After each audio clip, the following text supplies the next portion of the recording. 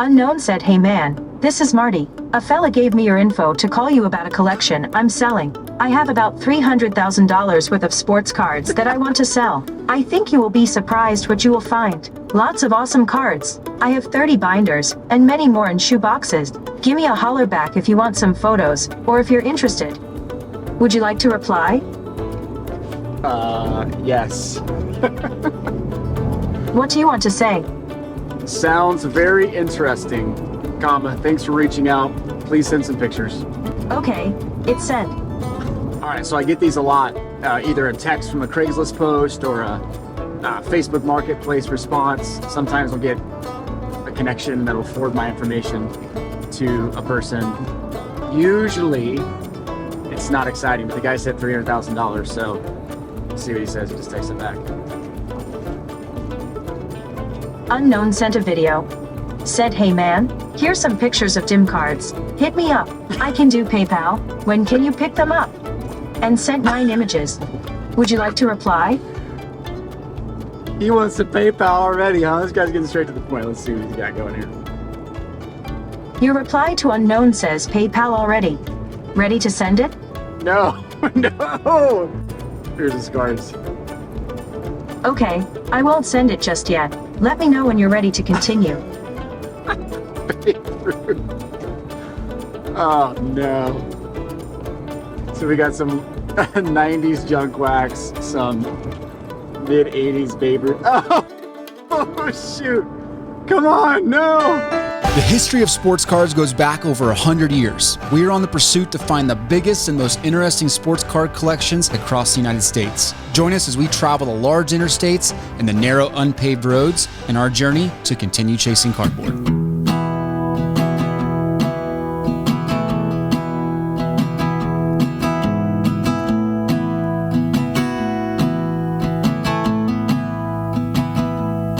All right, we are around the corner from Chad's house. Completely spur of the moment opportunity here. We found someone on Facebook Marketplace. We texted him, we said, "Hey, this looks like it might be a collection we'd be interested in." He's like, "Oh my gosh, Chasing Cardboard, I've been watching you guys. We'd love to have you out tonight." So we're popping into him and his wife's house to see if we can make something work.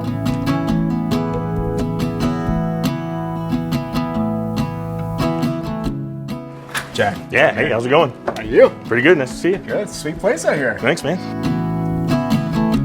So I'm willing to sell most of my collection. Okay. Like I said, I have my PC. I run the eBay store. It's just gotten so overwhelming. I have almost 1,100 listings of single cards, a few other resale things I sell. Okay. And then 200,000 I haven't listed. So this is a giant chunk of my stuff I have. Oh my goodness. A little bit of everything. Anybody watching this should feel impressed with how organized you are. I try. At one point, we used to go to a lot of minor league baseball games, so I keep it organized by player. Okay. But then I got overwhelmed. Were you a collector growing up then? I was. So Okay. I inherited my grandfather's collection when he passed away, and I started collecting with him about 3 years old in this house at that table. That exact table over there. So. And your grandfather built this house, right? Yep. So Okay. back in '74, I think, something like that. Wow. When he left this collection, was there some stuff that you were like, this is stuff I'll never ever sell because it reminds me of him? Yes and no, because like I collected the same things as him a lot growing up, so I had a lot of it. The biggest piece I did sell pre-grading, I sold a '98 Fleer Metal PMG Griffey, actually. Do you know a lot about precious metal? I mean, here and there. Enough to... Yeah, but that's the only one we pulled. It just happened to be Griffey. I remember pulling it. PMG stands for Precious Metal Gems. They're very, very rare. Serial numbered card in the mid-90s came out of the metal sets. The metal sets were an awesome set. One of my favorite sets in the mid-90s. It was so cool the way the designs were, the cards, and the metal look. And the PMG cards are super rare in those sets. They had tiers in them even where the first 10 cards were a different color of that parallel to make it even stand out for the first 10. But either way, Chad, a PMG of Griffey. Wow, I can't believe you hit that card. That's an amazing hit. Good on you, man.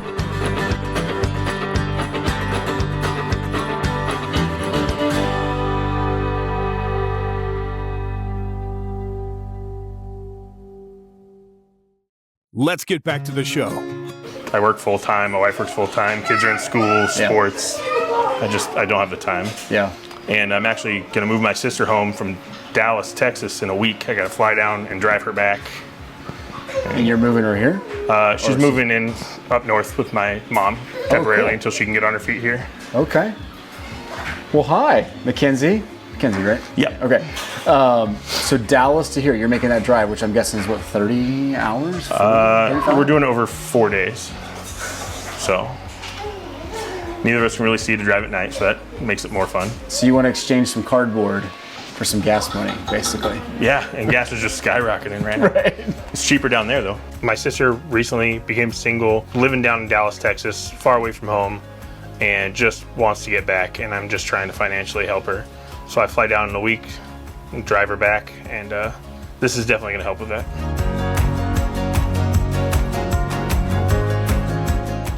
Cool. All right. Can we dig in a little bit? Absolutely. Baseball, Pokemon, garbage pail kids, wrestling. Oh my gosh. You name it, I got some of it. Okay. Well, let's go. Let me just dig in here for a minute. All right. So I'm going through his collection, and a couple things stand out to me. First, he's in a similar situation to a lot of modern day collectors where they just have so much stuff.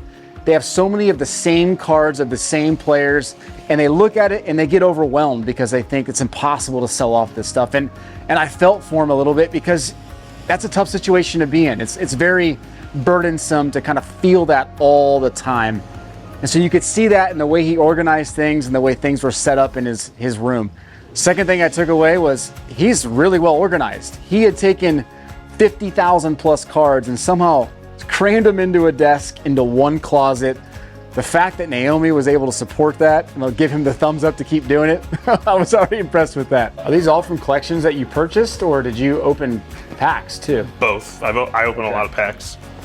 Some of my stuff that I was getting ready to list that I haven't is in that pile that's labeled whatnot behind you. Oh, are you gonna do whatnot? Do you have I one? did one, but service out here is real janky. Oh, okay. Man, you would just crush it with these cards at a show.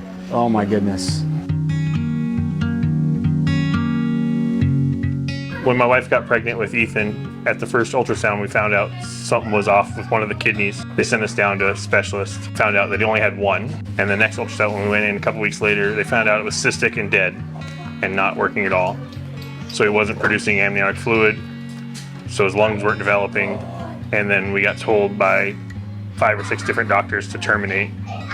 And we had some choice words and found a doctor who said, yeah, we'll go with it, see how it goes. They flew in a doctor from Finland to run a bunch of tests. And when he was born, there was 27 people in the room. I remember cutting the cord, and then they took off running and got him on a ventilator and everything else, and started dialysis at 2 days old. 2.5 years old, he got a deceased donor kidney, and now we're riding that ride.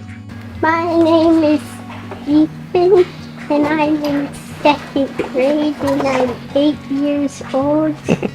And what a neat guy. Showed us his family, loved showing off his kids. In fact, his little daughter, his 2 older boys were great. His wife, Naomi, they were all very welcoming to us on a Friday night, right in the middle of their family routine. A lot of the reasons that Chad was involved in collecting and trying to sell off some of his collection were to pay medical bills. And in a situation like that, of course, we want to do whatever we can to help support that. So I use eBay as a side business, and a lot of the money goes to help get into appointments, extended hospital stays. Sometimes we're down there up to a month at a time. It just helps pay for our food down there because we're not covered on that stuff. It just helps us pay bills and get by. And then this is the eBay store, and it's broke down by sport. So you got baseball, football, basketball, and then football, and then like NASCAR and UFC, and then these are the higher end. Yeah, so what would be your approach if you're listing this stuff? Is it you put it buy it now, or do you throw stuff on and... I only put buy it now on the stuff just so I can accept offers on it. Doing the auctions takes too much time set aside that I never know when I'm going to have free time. What's your favorite card in your PC? Hard to say. Like, I like the looks of all the newer stuff. Yeah. All different colors and stuff like that, but probably going to be the 89 Griffey.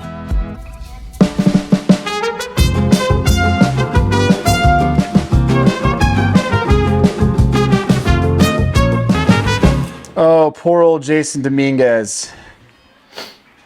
What happened to him? Just stopped producing. So you don't see these very often. No. You do see WCG a lot, where you're like, man, what's up with you guys? 1 of 10,000. Do you know much about these? I don't really know much about I these. do not. Okay. It was just in one of the collections I got. There's a lot of good stuff, man. There's a lot of good stuff. A lot of parallels, a lot of, I mean, you got rookies of all the good modern guys. This is late 90s to early 2000s basketball. 70s. Yeah, and some 70s scattered in. Like for a box like this, I'm gonna put them at a card show and I'm gonna sell them for $2 to $3. Yep. So for me, it's like I gotta pay 50 cents a card. Unfortunately for you, Right, yeah. Like that's the way I have to look at it. Trying to figure out, okay, do we go bulk and buy some bulk boxes from you, or do we pick out some of the higher dollar stuff and work out a deal to get you more money? I'm game for whatever, but I don't know if you. I mean, I guess for you, in your case, it's like you probably don't want it. For you to take $500 for a box is probably better than you spending 4 months trying to list it. Yeah. And it's quick. I mean, especially since I've been trying to move it for a while. That post has been up for Yeah. a few weeks. Yeah. Well, how about this? How about we build a quick stack of the higher dollar stuff that I want to try to buy from you? Okay.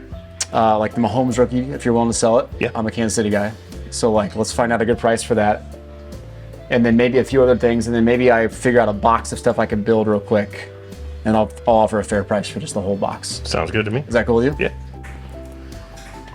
So Derek Carr, Leaf certified. This is the blue, right? So we're at number 25. These are your two big boys, at least in my opinion. Mm-hmm. That sells for probably 4. I'm gonna guess 4-ish. 4 to 5, yeah. On recent sales, yeah. This one probably sells for what? 2? I honestly have no idea on that one.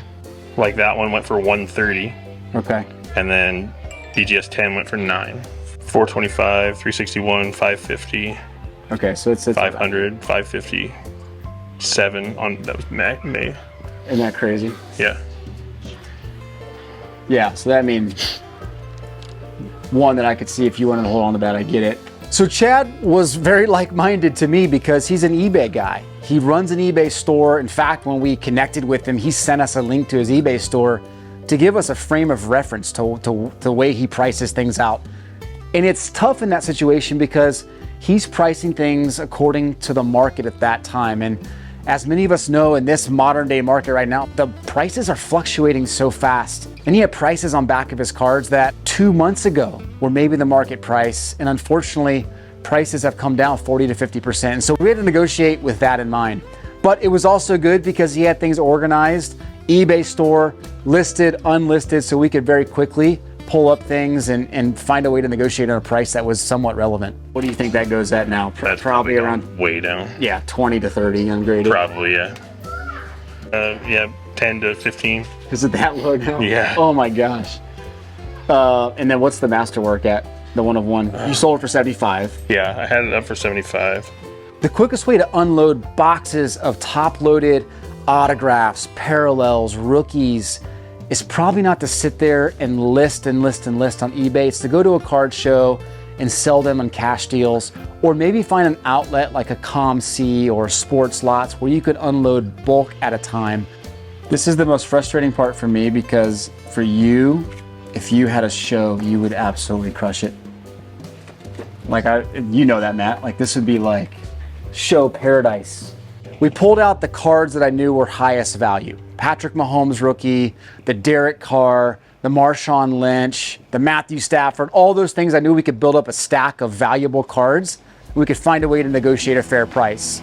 It's the one product where like the stickers actually look like they're made for the card. Yeah, it blends in nice. You know, it's like, that's why I like them. Okay. I'd be at 900 for all of it. The only one I feel like you might hold is that one because you could probably get more during football season, or the car, but that's market price. If you want to sell it, I'd give you 900 cash for all that. No, yeah, I'd be willing to. Like I said, it's going to my sister to help out family, so Yeah. family first. Yeah, and I want to help for sure. I'm trying to think of how I can help you with this stuff. So 900, what if we filled this box up and we make it another 500 bucks for just a top loaded row of like your dollar stuff.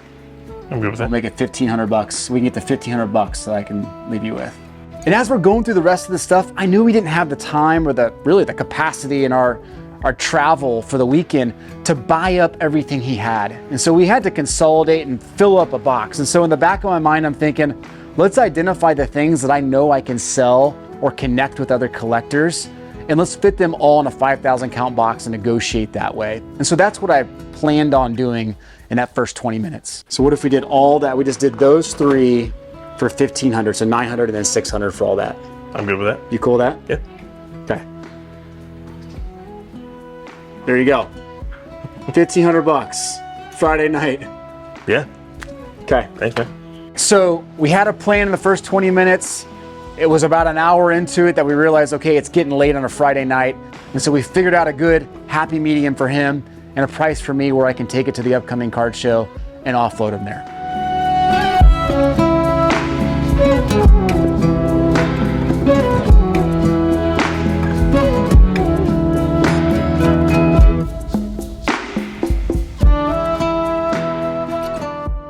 So one of the frustrating parts about traveling across the United States is paying the obscenely high gas prices. And trust me, it adds up. We paid about $1,000 in gas just this weekend as we traveled across Oregon, Washington, and Idaho. But we found a little tip. Use the Upside app to save money and put cash back in your bank account. So a lot of apps these days, they give you points and you can convert into prizes and all that stuff. The Upside app is not like that. They actually give you cash back in your app that you can convert to your PayPal account, to your bank account, and you can go spend that on things that you actually love. So next time you need to fill up a tank of gas, pull up the Upside app and find the gas station closest to you that's offering an incentive. You can see here 3 different gas stations. One's offering 46 cents, 49 cents, 51 cents. It's as simple as clicking the gas station you want to go to, claiming the offer, going to the gas station within 4 hours, and uploading your receipt. And 48 hours later, you'll have cash in your account. And the best part is, we've worked out a partnership with Upside. If you sign up using our link and you use code CARDBOARD25, you're gonna get an extra 25 cents off per gallon on your first tank of gas. It's an outstanding deal. You can go take some funds, spend it on your family, spend it on sports cards, and put some money back in your pocket. Enjoy. Now, back to the show.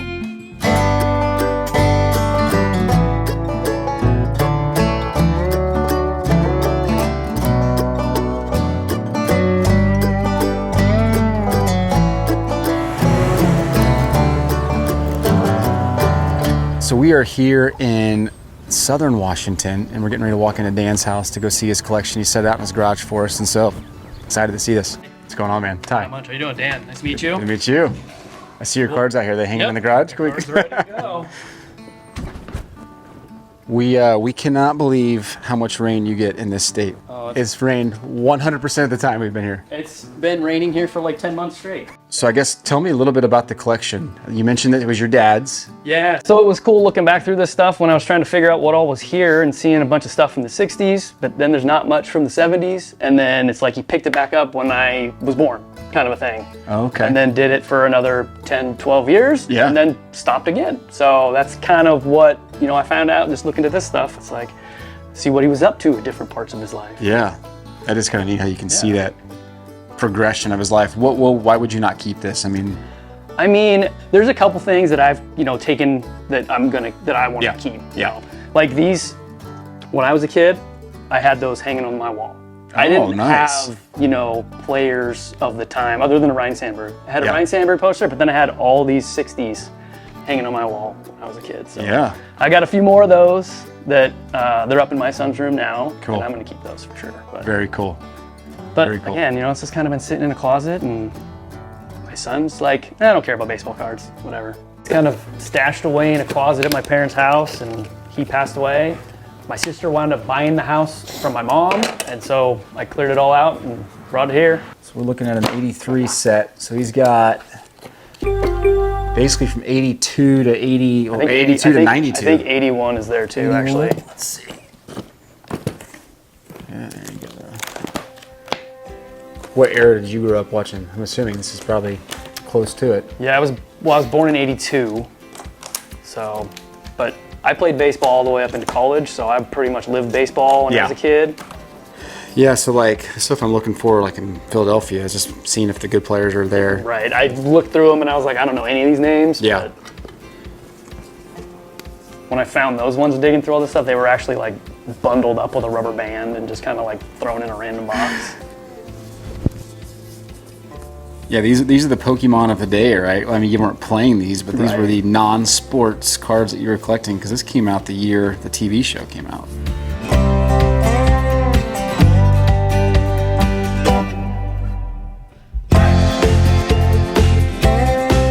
Okay, so here's what I'm thinking. I mean, I told you this in email. I wouldn't even really want this stuff because I have so much of it. Like, I would love to buy your vintage stuff, and then maybe you can sell off the rest. I mean, if you want me to take it, I'll take it for you. But like, you could give it away and tax it about more than what I wouldn't even want to pay for it because I have so much. Yeah. Would you be open to me buying the vintage from you? Or do you want to get rid of it all? I mean, I'm not opposed. I kind of thought it might go that direction just because I know there's so much of this stuff.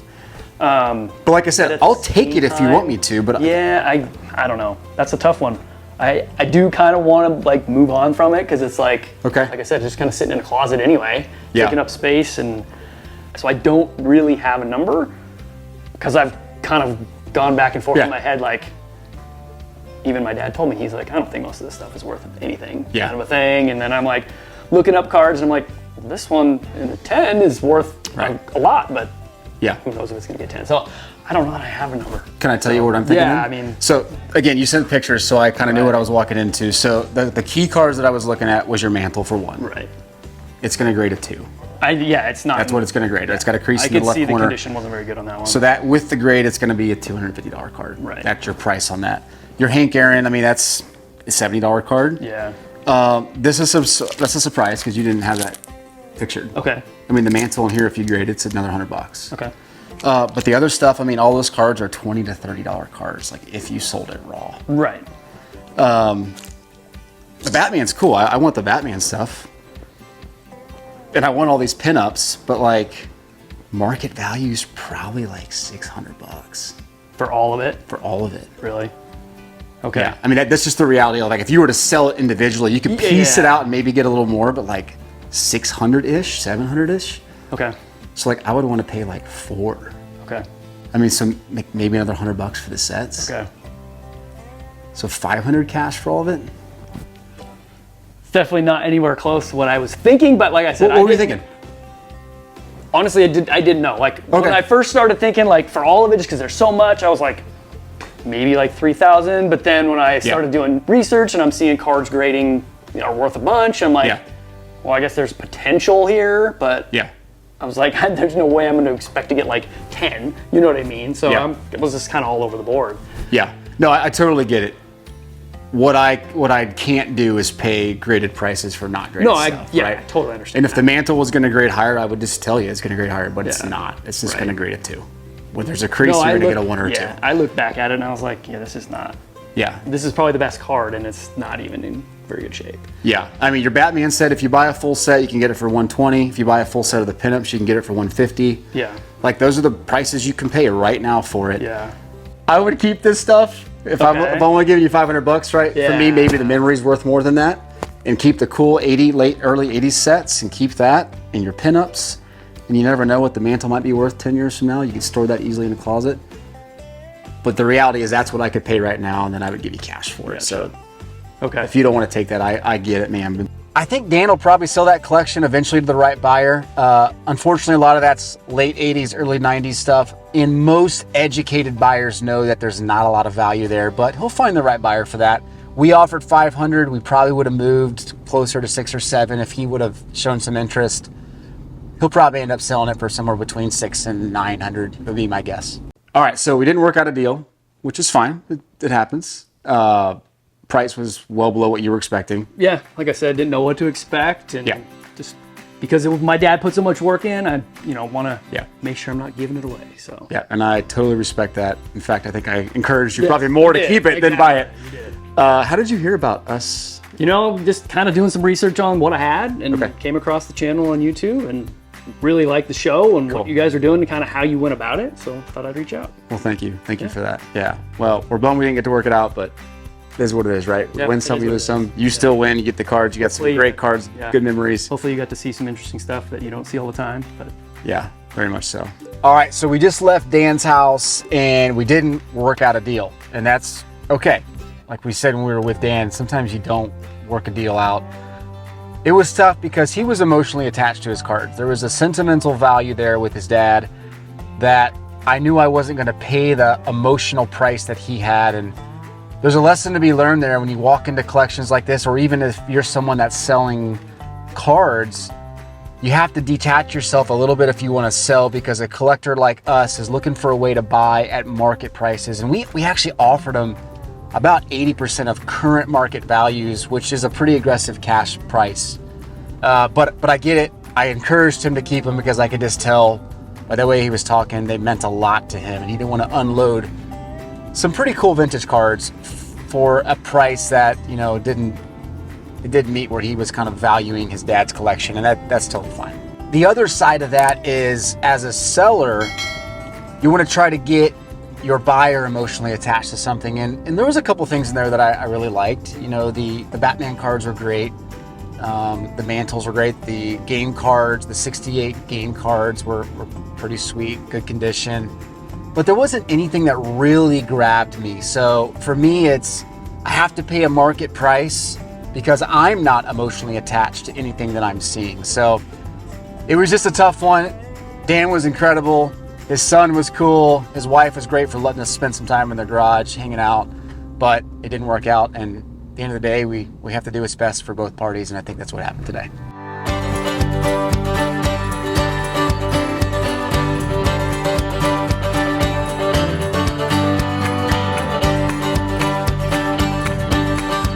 How can you not love the stories that cards tell us? Each trip we're running into collectors that capture such a unique piece of this hobby. Whether it's inheriting cards from a parent to hustling to sell cards for your family, every story is rooted in the desire to chase cardboard. If you want to see more episodes of Chasing Cardboard, you can help us by subscribing to this channel. You can like the episode, you can even go share it with your friends. We appreciate your support, we truly do, and we look forward to catching you on the road. Keep chasing.